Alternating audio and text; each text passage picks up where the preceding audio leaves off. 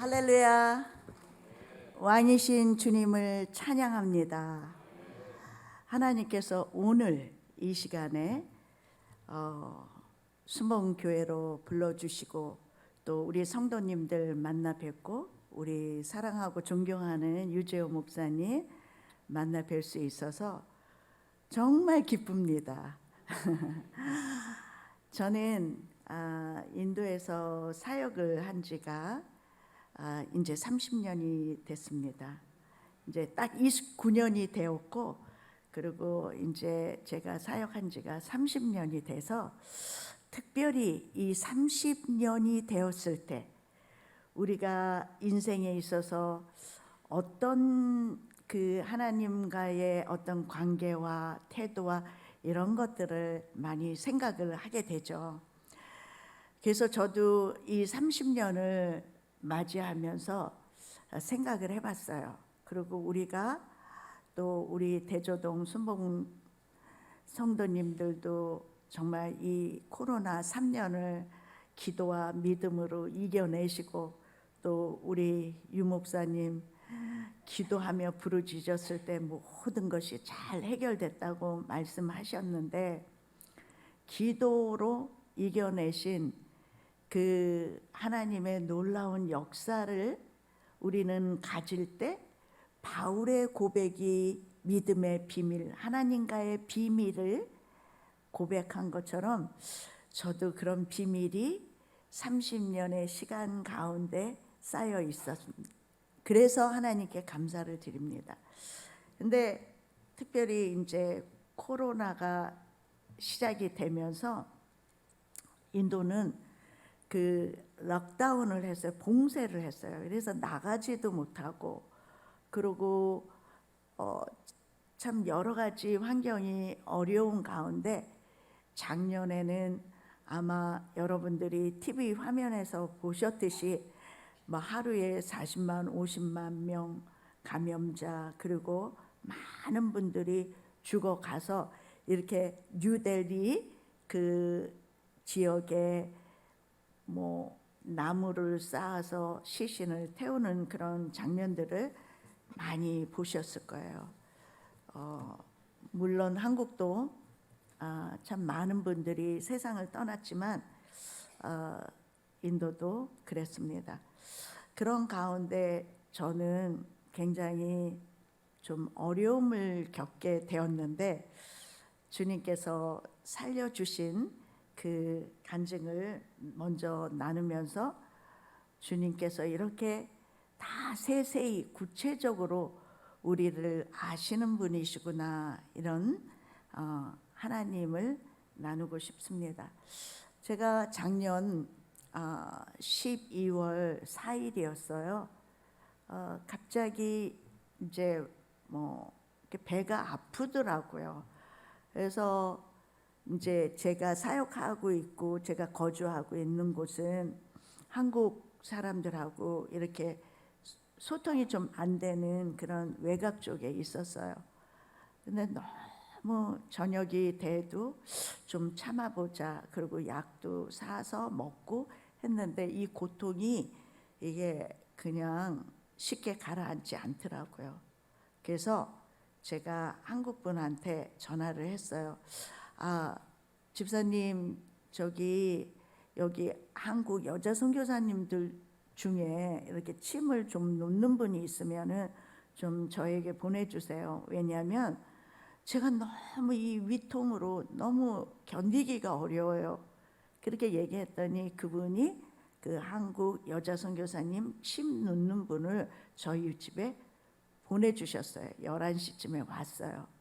근데 그분이 막 저에게 전자침도 놓고 막 이렇게 하면서 저를 이렇게 좀 덜 아프게 이렇게 좀 조치를 하고 한 12시쯤 가셨어요. 근데 제가 너무 아파갖고 선교사님 죄송합니다. 제가 밖에까지 마중을 못 나가겠어요. 다음에 봬요 하고 이제 헤어졌어요. 그리고 들어와서 너무 아파서 그냥 끙끙 앓다가 제가 정신을 잊어버렸어요. 그 이후로는 생각할 수가 없었어요. 근데 먼저 얘기를 하자면 작년에 탄자니아 여자 선교사님이 돌아가셨어요. 천국을 가셨어요. 그리고 그 이후에 코로나로 인해서 그 우간다의 여자 선교사님이 또 천국을 가셨어요. 그러니까 이런 많은 어려움 가운데 또 뭐 많은 분들이 아프고 그래서 그런 가운데서 저는 정신을 잃고 있었는데 기도하시는 그 한국 여자 집사님께서 저에게 정말 타이밍이 맞았죠. 전화를 거니까 전화를 안 받는 거죠. 그러니까 이상하다. 선교사님이 왜 전화를 안 받을까 하고 저희 스태프들한테 연락을 했는데 사무실에 안 왔다고 얘기를 하니까 아침 일찍 저희 집을 방문했는데 바깥 문이 열려 있었어요. 막 두들겼는데 인기척이 없으니까 주인 집에 얘기하고 저희 집이 1층이었는데 이제 화장실 문을 깨고 그렇게 들어왔는데 저는 정신을 잃어버렸죠. 그리고 이제 가까운 병원으로 가고 제가 오후 늦게 한 8시쯤 제가 이제 깨어났어요. 정말 여기가 어딘가 했더니 병원이라고 얘기하는 거예요. 그리고 이제 일단 조치를 하고 진통제를 맞고 좀 괜찮아 갖고 이제 가려고 그랬더니 그 집사님께서 선교사님 안 돼요. 저희 집에 가셔야 돼요. 갔어요. 그리고 또 새벽 2시에 고통이 있어서 가까운 병원에 그 집사님네 가까운 병원으로 제가 입원을 했어요. 코로나잖아요. 초기 당시에 코로나의 검사 결과를 알고서 입원이 되어지는 거예요. 그러니까는 중환자실에서 그 너무 아픈 그 원인이 뭔지도 모르게 이제 아픈 그 하루를 견디었어요. 그리고 그 다음날 코로나 음성이 나와서 피 검사 여러 가지 검사를 했는데 갑자기 제 몸에 이상이 일어나는 거예요. 검사를 했는데 폐혈증 증세가 있고 간 수치에 문제가 있고 백혈구에 문제가 있고 심장에 문제가 있게 되는 거예요. 그래서 의사 선생님들이 17명이 붙어서 저를 다시 검사하고 치료하고 그랬는데 결론은 신장에 결석이 있어서 2번을 수술을 하게 되었고 12월 25일 날 제가 주님께 얘기했어요. 주님, 저에게 크리스마스 선물을 주시려면 2번 수술했는데 저에게 퇴원을 허락해 주셨으면 좋겠어요 했는데 의사 선생님이 25일 날 12월 25일 날 나가라고 얘기를 했어요. 그리고 그 집사님네에서 머물면서 집사님하고 얘기를 했어요. 어떻게 제가 이렇게 입원을 했고 이런 과정들을 얘기했는데 집사님께서 선교사님은 하나님이 살려주셨어요. 왜요? 선교사님 문을 따고 창문을 깨고 들어갔을 때 선교사님은 의식이 없는데 선교사님 입에서 계속 방언 기도를 하고 계셨어요. 그리고요, 너무 놀랍지 않아요? 그 집에 페인팅을 외부에 했던 그 페인팅 했던 사람들이 그 사다리를 그냥 놓고 간 거예요. 그래서 그 사다리를 타고 화장실 문을 깰 수 있어서 그래도 얼른 조치를 하게 되었어요. 하필이면 그 선교사님 집 그 밑에 화장실 밑에 그 사다리를 걷다가 두고 그 사람들이 잊어버리고 갔어요. 그리고 선교사님 정말 이렇게 응급 상황에서 의사 선생님을 어떤 분을 만나야 할지 모르는데 그 나중에 보니까 그 의사 선생님이 정말 인도에서 5 안에 손가락 5손가락에 드는 그런 명의였어요. 그래서 잘 수술이 되었어요. 저는 그 일이 있으면서 다시 한번 생각을 해봤어요. 하나님 앞에 어떤 삶을 내가 드렸을까? 하나님 앞에 무엇을 했을까? 하나님 앞에 얼마나 시간을 드렸을까? 이런 고민이 있게 되는 환경이 코로나 시간이었죠. 그러면서 30년을 생각을 해보게 되었어요. 선교는 성령님께서 하시는 것을 확실히 압니다. 그리고 우리가 성령님께서 교회의 공동체의 생명을 살리시는 것을 확실히 알고 있습니다. 그런데 저는 인도에 갔을 때 그 넓은 땅에 제가 우리 유 목사님하고 93년도에 7월 달에 단기팀으로 갔을 때 그때 인구가 9억이었어요. 그런데 지금요 2022년 5월 달에 통계는 14억 663만이 되어진 거예요. 그러니까는 그 인구도 많은 변화가 있지만 굉장히 많은 변화가 있었죠. 근데 이런 지역에 어느 지역에서 제가 그 넓은 땅에 가서 사역을 해야 되는가 싶었어요.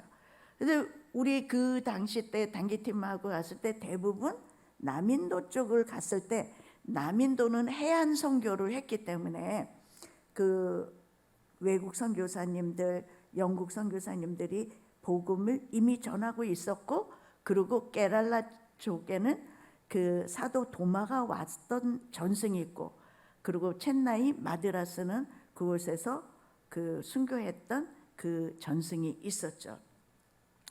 어디를 가야 할지 몰랐어요. 그러니까 우리는 기도를 하게 되잖아요. 우리 순복음은 기도를 특별히 많이 하잖아요. 그래서 기도를 했어요.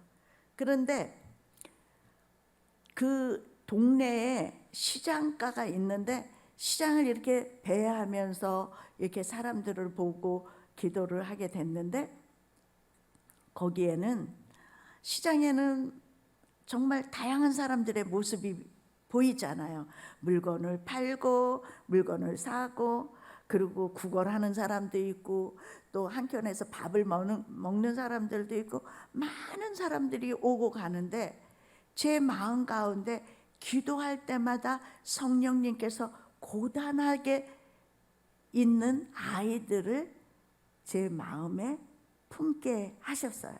그 아이들이 12살, 15살도 채 안 되는 아이들이 비좁은 그 가게에서 일하는 모습이었어요.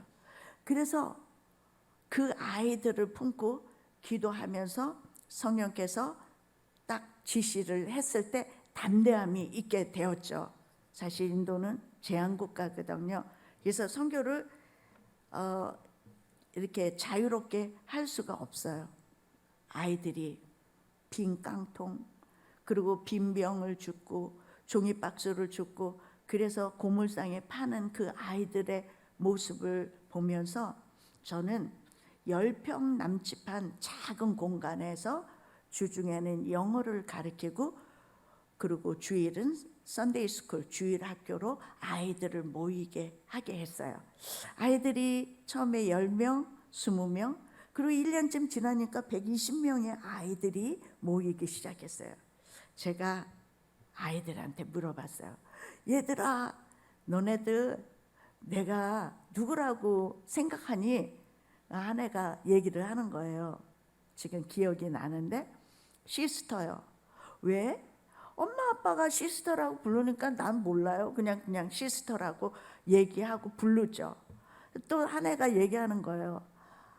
아, 슈퍼우먼 아니에요. 그래요. 그래서 왜? 그랬더니 모든 거 다 할 수 있는 사람 같아요. 그래서 슈퍼우먼 아니에요. 그러니까 옆에 아이가 야, 슈퍼우먼은 없고 슈퍼맨은 있어. 그래갖고 우리가 막 웃었던 기억도 있어요.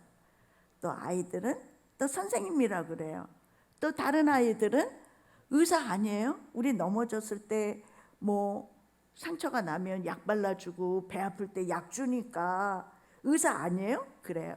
그리고 다른 아이는 경찰 같은데요. 그때 우리 교회에 경찰 아저씨 5명이 왔잖아요. 그런데 저쪽에 가서 뭐라고 얘기하니까 그 아저씨들이 그냥 갔잖아요. 그 아저씨들보다 더 높은 경찰 아니에요? 이렇게 얘기를 하는 거예요. 그 아이들이 5살, 12살의 아이였어요. 아이들이었어요. 저는 그 아이들의 눈높이에 그러면 나는 누굴까 생각했는데 저는 권투 선수였었어요. 그 권투 선수는 바깥에서 열심히 준비를 했어요. 뭐 기도도 준비하고 뭐 어떤 전략도 준비하고 그러면서 딱 그 링 안에 시합이 됐을 때 딱 싸우는데요. 시합을 치르는데 그게 아니었어요. 상대 선수는 더 실력이 있고 더 힘이 셌어요. 저는 그 링 안에서 권투 선수의 그 역할을 하는데 엄청 맞는 거예요. 한 방 맞을 때마다 피가 입술에서 터지고 그리고 눈이 찢어지고 그리고 맨날 지치고 그러면서 딱 넘어지는 거예요. 딱 넘어졌을 때 링 바깥에서 선교사님 힘내세요. 우리가 기도하고 있어요. 일어나세요. 그 함성이 들리는 것 같았어요. 그래서 비틀비틀하고 일어나서 있는 힘을 다해서 그냥 저도 한 방 그 상대편 선수에게 날렸는데 그 선수가 럭다운이 됐어요. 하나님의 심판자가 돼서 저의 손을 올려주신 거예요. 이겼다고요. 아마 제 모습도 그렇고 여러분의 모습도 그런 것 같아요. 우리는 힘이 없어요. 우리는 지혜도 부족해요. 모든 게 연약해요. 근데 성령 하나님께서 우리를 매일매일 승리케 하시는 하나님이 우리에게 손을 흔들어 주시고 높이 지켜주시기 때문에 우리는 승리자로 살 수 있는 줄 믿습니다. 이 아이들이요, 자랐어요. 이 아이들이 지금 30대 중반이 되었어요. 그리고 20대 신학생들과 청년들이 지금 40대 중반, 50대가 되었어요. 지금요, 이 친구들이 치열한 영적 전투에서 싸움을 하고 있는 선교사의 모습이 되었어요. 저는요, 그 당시 때 아이들이 얘기할 수가 없죠. 선교사라는 거를 몰랐죠. 그러니까 저에게 시스터, 선생님, 의사, 경찰, 슈퍼우먼이라고 얘기를 했지만 이제 이 친구들이 이제 선교사의 일을 알게 되었고 선교를 할 수 있는 그런 영적 군사가 되었습니다. 저는 요번에 30주년이 되어서 이 30대에서 50대가 된 이 친구들이 희년을 선포하는 세대로 자라난 것을 나누고 싶어요. 제가 처음에 기도를 했을 때 하나님께 세 가지를 기도를 했어요. 하나님, 이 아이들이 시장 안에서 사는 방치된 아이들은 부모님들이 힌두교, 모슬림교, 시크교 다른 종교를 믿어요. 그런데 희년을 성취하신 예수님을 알게 해주세요 하고 기도했어요. 그리고 두 번째는 주님, 우리 시장 안에 있는 그 교회는 기독교인들이 오는 것이 아니라 타 종교나 예수님을 믿지 않는 사람이 올 수 있게 해달라고 기도를 했어요. 그리고 세 번째는 하나님, 이 아이들에게 성령의 기름을 부어주세요. 이 아이들이 가난한 자에게 가서 희년에 선포하는 세대가 되어 달라고 기도했는데 정말 30년이 되어서 이 기도의 제목을 응답을 받게 되었어요. 이 가난한 아이들에게 성령이 임하니까 희년을 선포하는 세대가 되었어요.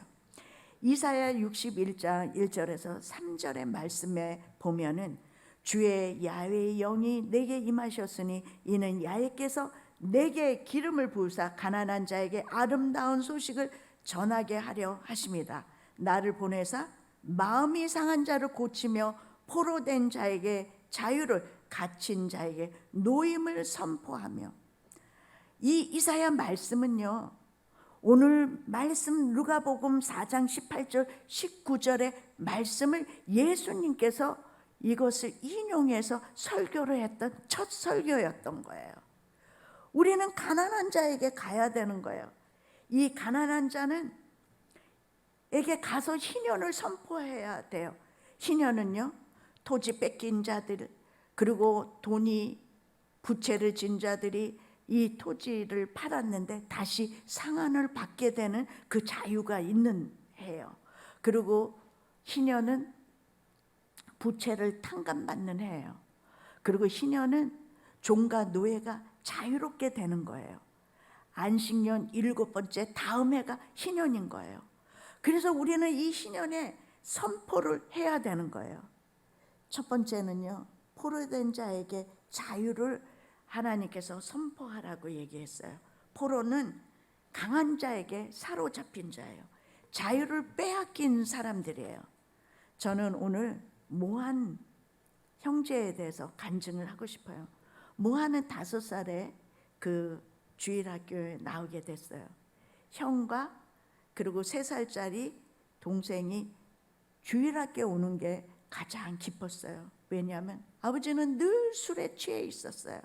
그리고 알코올 중독으로 술이 없으면은 안 되었어요. 술에 취해서 집에 오는 날은 어머니를 구타를 했어요. 어머니가 매맞는 모습을 보고 이 아이들, 세 아이들은 마음이 조마조마하면서 아빠가 빨리 잠자기를 그런 바람을 갖고 지냈어요.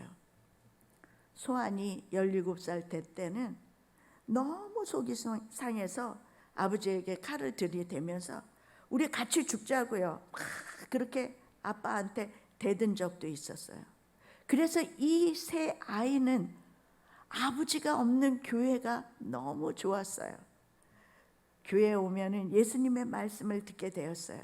그리고 진정한 평강과 자유가 임하게 되었어요. 겨울에요, 아버지가 술에 취해서 길거리에서 돌아가신 사실을 경찰서에 연락을 받게 되었어요. 아버지의 죽음에 소환과 모한, 조띠가 눈물 흘리면서 장례를 치렀어요. 더 이상 그렇게 포로된 아버지처럼 살고 싶지가 않았어요. 어머니와 세 아들이 성령님을 의지하면서 순간순간 기도하면서 살게 되었어요. 인도는 정전이 잘 되거든요. 그리고 지금 제가 5월 달에 한국에 왔을 때 44도였어요. 요 근래 이제 몬순이 시작해서 40도 이렇게 돼요. 굉장히 덥죠. 근데 정전이 되면은 이 밤에 공부할 수도 없어요. 이 아이들의 기도 제목이 뭔지 알았어요? 하나님, 오늘 밤 공부해야 돼요. 그러니까 정전이 되지 않기 위해서 기도했어요. 하나님, 상한 음식을 먹었어요. 냉장고에 있는 집이 없었거든요. 그래서 설사가 나요. 그 멈추게 해주세요. 먹을 게 없어요. 주님, 하나님 먹을 것을 공급해줘요. 이런 기도 제목이었어요. 똑같은 기도 제목이에요. 우리에게도 지금 다른 어떤 기도의 제목들을 갖고 있지만 우리가 갈급한 마음은 똑같은 거예요. 그런데 지금 예수를 믿지 않으면 종과 노예가 돼서 그 기도를 붙잡고 살면 비참한 거죠. 그런데 우리는 이제 자유자로 살아가는 그 과정 가운데 하나님의 섭리가 있는 거예요. 그러니까 종과 노예로 그 환경을 당한 때와 그리고 지금 그 기도 제목이 똑같지만 자유자로 살아가는 하나님의 섭리를 생각할 때는 기도 제목에 그 모든 것이 다른 거죠. 모한이요, 청년회장이 되었어요. 31살이 되었어요. 지금 5살에 나온 모한은 청년회장이 되어서 작년에 결혼을 했어요. 제가 여기 왔더니 6월 7일 날 아들을 출산했다고 얘기를 하더라고요. 아버지의 포로된 삶을 다 정리하고 신년을 선포하며 자유를 선포하며 청년의 그 모든 사역을 감당하고 있어요. 3살 난 조띠는 전도사님의 사모님이 되었어요. 모아는 지금 35살이 되어서 영산제자훈련학교를 나와서 지금 교육사역을 하고 그리고 교회 리더로 섬기고 있어요. 그 포로된 자가 자유를 얻게 되니까요, 이들은 신년을 선포하는 세대가 되었습니다. 저는 요겐다라 간증을 하고 싶어요. 요겐달 가족은 철저한 힌두였어요. 그 동생이 기타가 9살이고 요겐달이 11살에 주일학교에 왔어요. 아버지는 길거리에서 노점을 해서 그냥 음료수 장사를 했거든요. 근데 요겐달이 공부하지 않기를 원했어요. 그냥 노점상에서 아버지처럼 장사를 하고 그냥 살기를 원했던 거예요. 근데 교회에 와서 요겐달은 꿈이 생겼어요. 비전이 생겼어요. 그래서 열심히 기도를 하면서 꿈을 키워가게 됐는데 그것은 그림을 그리는 일이었어요. 그래서 델리에서 인도에서 명문 미술대학을 입학하게 되었어요. 새벽에는 신문을 돌리고 그리고 교회에 매일 나와서 월십 리더로 찬양 연습을 하고 있었어요. 근데 항상 7시에 우리가 모임을 갖는데 매일 늦는 거예요. 7시 반, 7시 40분, 어떤 때 1시간을 늦는 거예요. 그래서 제가 얘기했어요. 요겐달, 너 왜 이렇게 항상 늦게 와? 네가 리더면은 좀 다른 지체들 본이 돼야 되는 거 아니야? 저에게 얘기하는 거예요. 시스터, 제가 전철로 딱 한 번에 타고 오면은 저는 그 정확한 시간에 아니면 빨리 올 수가 있어요. 그런데 제가 버스를 3번을 타요. 학생증을 보여주면은 버스비를 받지 않거든요. 그래서 3번을 타고 와요. 저는요, 어떻게 얘기했는지 알아요? 오, 요겐달, 버스비가 없구나. 전철비가 없구나. 그래, 그러면 내가 줄게. 저는 1년치 제 호주머니에 요겐달에 버스비를, 전철비를 줄 수 있는 돈이 있었어요. 근데 저는 요겐달, 내일 정확하게 7시에 와. 정확하게 7시에 와야 돼. 얘기했어요. 그러면서 제가 예전에 신학교 다녔을 때 그리고 내가 주의 종이 되면서 얼마나 연단과 그 재정으로 어려움이 받았던 생각을 했어요. 하나님, 순종했잖아요. 신학교 갔어요. 하나님, 순종해서 이렇게 했잖아요. 주님, 제가 다 봉사도 하고 이렇게 했잖아요. 제가 할 수 있는 최대한을 주님께 드렸는데 주님은요, 매몰찬 그런 모습으로 저에게 있었던 적이 있었거든요. 하나님이 하나도 제 생각대로 응답을 안 해준 적이 있었거든요. 근데 요겐달에게 7시에 와 하면서 그때 하나님을 알 수 있었던 것을 저는 알게 되었어요. 요겐달은 지금 하나님의 생각과 저의 모습이 매몰차다고 느낄 수 있지만 조금만 참으면은 하나님은 요겐달에 향하신 그 놀라운 뜻을 요겐달이 발견할 수 있기 때문에 저도 매몰차게 7시에 나와 이렇게 얘기를 했어요. 12년에 그 훈련을 받았습니다. 그래서 대학을 가게 됐고 그리고 2008년도에 요겐달과 기타가 기도를 했는데요. 완전히 시장통에서 꿈에나 타본 비행기를 타고 한국에 오게 되었어요. 그래갖고 저렇게 한복을 좀 빌려 입고서 한국어로 예수 사랑하심은 성경에 써있네 이 찬양을 부른 적이 있었어요. 그리고 한국에 와서 한국 성도님들의 그 기도 이런 것들을 보면서 기도하기 시작했어요. 어머니가 교회에 나오기 위해서 기도한 기도가 23년이 걸렸어요. 가족 구원이. 작년에 어머니가 심례를 받게 되었고, 그리고 이제는 정말 하나님을 잘 섬기는 그런 어머니가 되어서 너무너무 행복한 거예요. 요겐달이 얘기를 하는 거예요. 제가 코로나가 됐을 때 주의 종은 아니지만 온라인으로 사람들 기도 모임을 할 수 있도록 다 얘기를 했는데 보통 100명씩 오는 거예요. 그런데요, 너무 놀란 거예요. 저는 아무것도 아닌데 귀신을 쫓아내고 병 고침이 일어나고 그리고 문제 해결이 일어나요. 정말 다른 사람들의 간증을 통해서 제가 하나님에 대해 더 명확한 확신을 갖게 되었어요. 신현을 성취한 예수님이요, 이러면서 저에게 간증을 하게 되었어요. 요겐달이요, 지금 광고회사를 다니고 있고요, 37살이 되고 있고요, 아직도 주님을 찬양하는 월십 리더로 하나님께 영광을 돌리고 있습니다.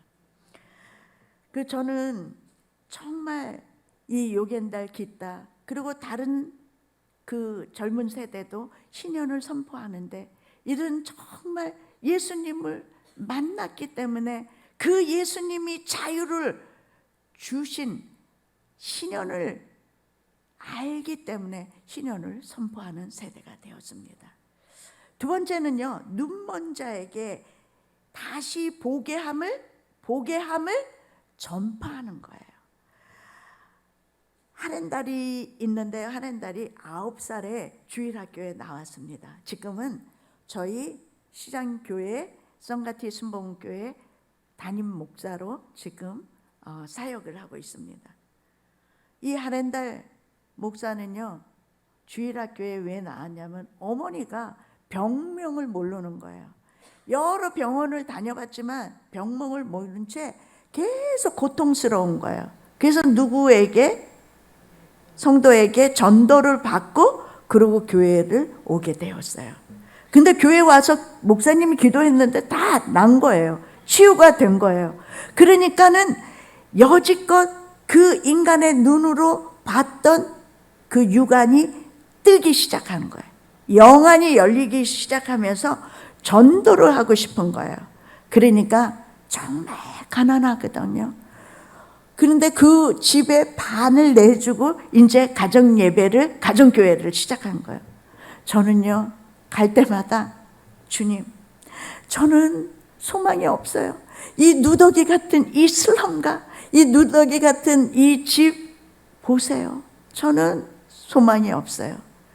그리고 제가 단 위에 올라가서, 단도 아니죠, 그냥 같이 나누는데 그때 성령께서 너는 소망이 없지만 나는 소망이 있다, 이 말씀을 주시니까요, 제가 힘이 나는 거예요. 우리가 그래요.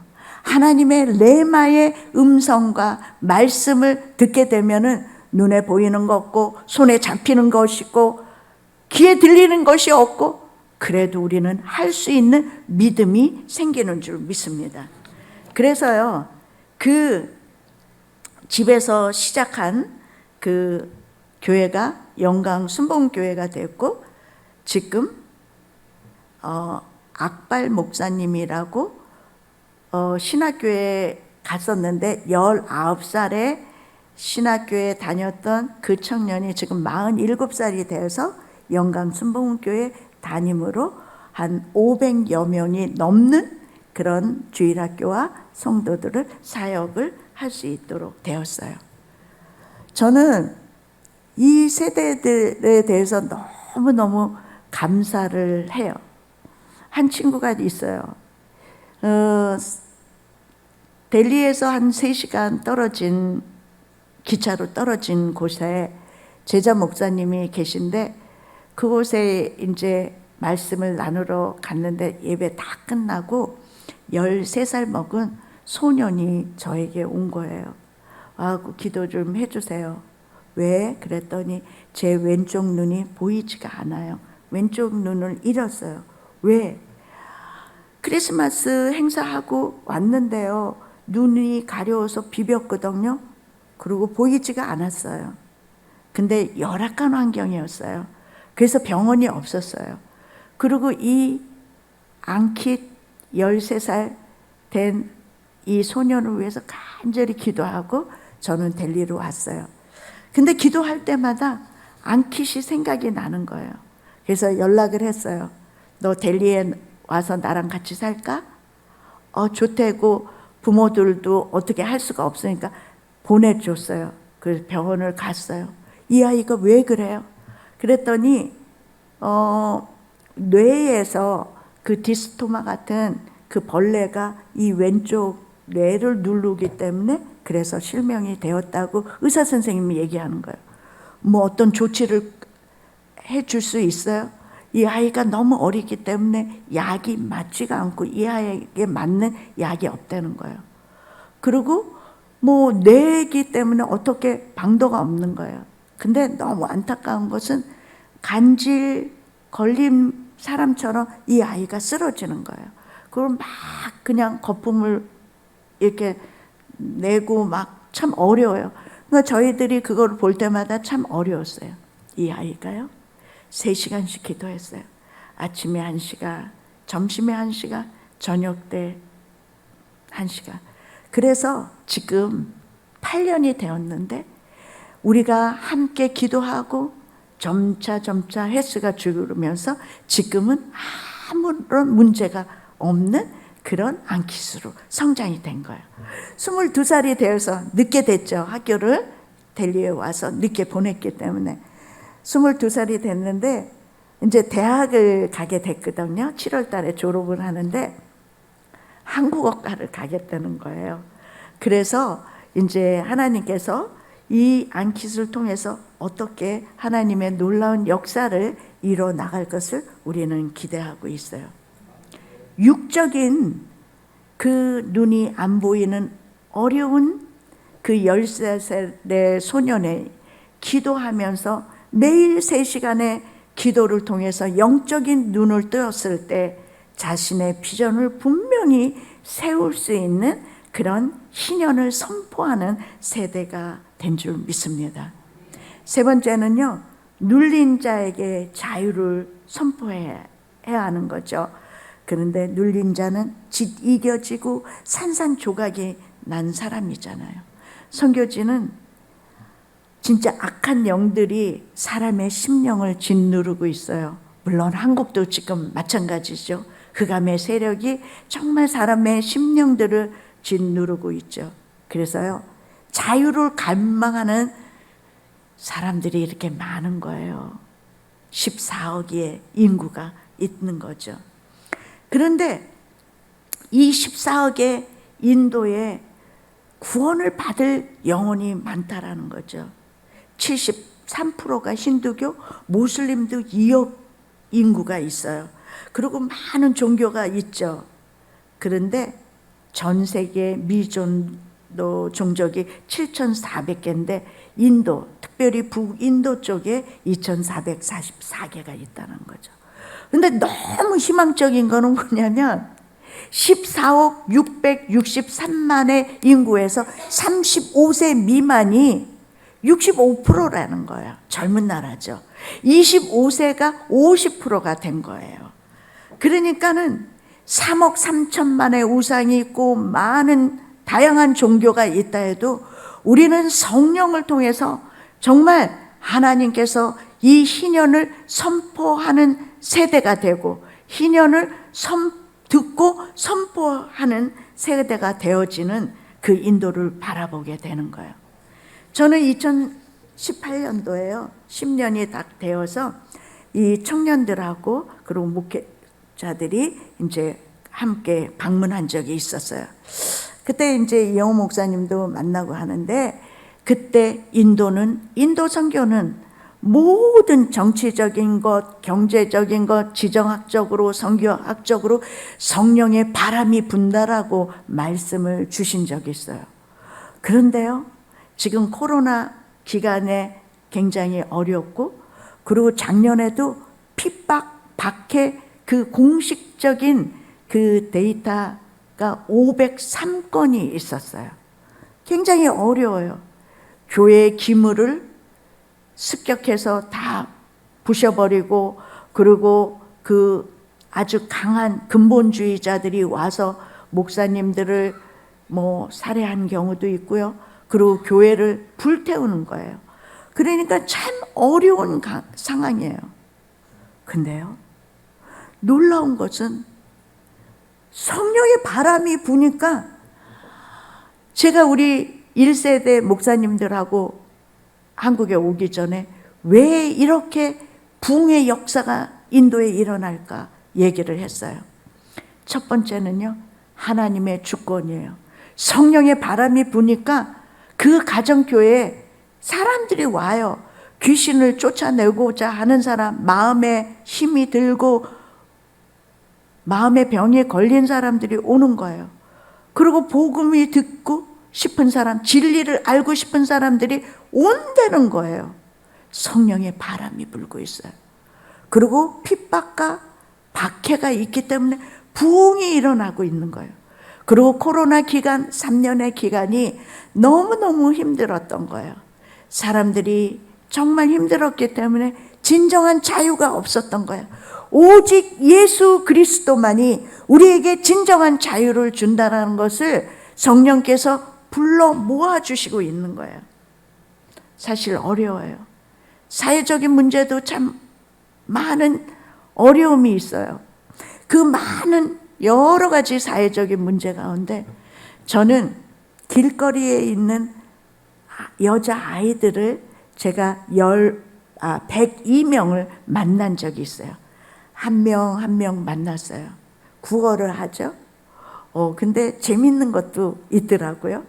토요일하고 일요일, 주말에는요, 국어를 하는 수입도 평상시보다 배가 되더라고요. 그러면서 이 아이들의 어려움을 알게 되었어요. 성폭행, 인도 말할 수 없는 그 수치가 많이 보도가 되죠. 그리고 여러 가지 그 아이들에 대한, 특별히 여자아이들, 그리고 여자아이들 엄마가 임신하게 되면 유산을 시키죠. 그러니까는 여러 가지 이 여자 소녀 아이들을 집중해서 봐도, 주목해서 봐도 거기에서 확산되는 그 사회적인 문제가 굉장히 많은 거예요. 그러니까 다른 문제를 하면은 정말 많은 문제들이 있게 되는 거예요. 그래서 우리는 희년을 선포할 수밖에 없어요. 그리고 그 희년을 통해서 정말 하나님께서 불러주시는 그 공동체의 생명이 불어일으키기 위해서 성령을 우리가 매일매일 인정하면서 나갈 수밖에 없어요. 저는 오늘 목사님하고 잠깐 말했을 때 유재호 목사님께서 그러시더라고요. 교회에 정말 성도님들이 많이 오시고 계신다. 대조동 순복음교회는. 저는 너무너무 감사했어요. 와, 대조동 순복음교회 성도님들은 정말 그 하나님을 잃지 않고, 그 하나님의 그 체험을 잃지 않고 오시는구나. 여기에서 더 부흥의 역사가 일어나야 돼요. 그리고 우리가 고통받았던 그 시간들을 더 일으켜야 돼요. 저는요, 정말 보잘것 없어요. 저는 정말 지혜롭지도 못하고 아무것도 아니에요. 근데 성령께서 저에게 말씀하셨던 거를 순종했어요. 그리고 그 시장가에, 누가 쳐다보지도 않는 그 시장가에 주님이 하시라고 그러니까 10평도 안 된 그 정말 허술한 그곳에서 한 명의 신학교 졸업한 전도사와 사역을 시작했죠. 그런데 지금은요, 우리가 코로나 때 복음을 전했던 숫자는 말할 수 없이 많아요. 4,000명이 넘어가요. 근데 가정교회 20개예요. 다들 보잘것 없어요. 근데 그 좁은 그 가정교회에서 정말 하나님의 복음을 선포할 때 지금 등록된 성도가 2,878명이 되는 거예요. 영산 제자훈련학교는 2002년도에 시작이 됐는데 다 처음에 3명, 4명, 5명 이런 적은 숫자들이 그 생명의 성령을 받고 확산이 되니까요, 2022년 4월 달에 졸업생들이 165명을 배출하게 되었어요. 선교는 성령님께서 하십니다. 교회는 성령께서 하십니다. 우리는 교회예요. 우리 안에 성령이 있으면은 성령의 바람을 일으킬 때 우리는 생명의 공동체에서, 우리 대저동 순복음교회에서 정말 하나님의 영광을 위해서 정말 이 마지막 주자로 살아갈 수 있게 되는 줄 믿습니다. 우리가 유 목사님을 위해서 교회를 부흥시켜야 되는 거 아닙니다. 장로님들, 권사님들, 성도님들을 위해서, 우리 부교육장님들을 위해서 부흥시키는 게 아니에요. 피폐되고 이 주변에 정말 마음의 병을 갖고 그 정말 피폐한 사람, 우리 그렇게 가난한 자였잖아요. 그 가난한 자였기 때문에 우리는 자유를 얻었고, 그래서 성취하신 주님을 우리가 모셔드렸기 때문에 우리는 나가야 돼서, 그리고 그들에게 복음을, 예수 그리스도를 증거하는 증인이 되어야 될 줄 믿습니다. 기도하겠습니다.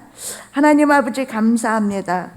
인도를 하나님께서 사랑하시고 한국도 사랑하시고 열방을 사랑하시면서 우리에게 먼저 준 신년을 우리에게 주심을 감사합니다. 이제 신년을 선포하는 세대가 될 수 있도록 성령의 기름 부심이 있기를 원합니다.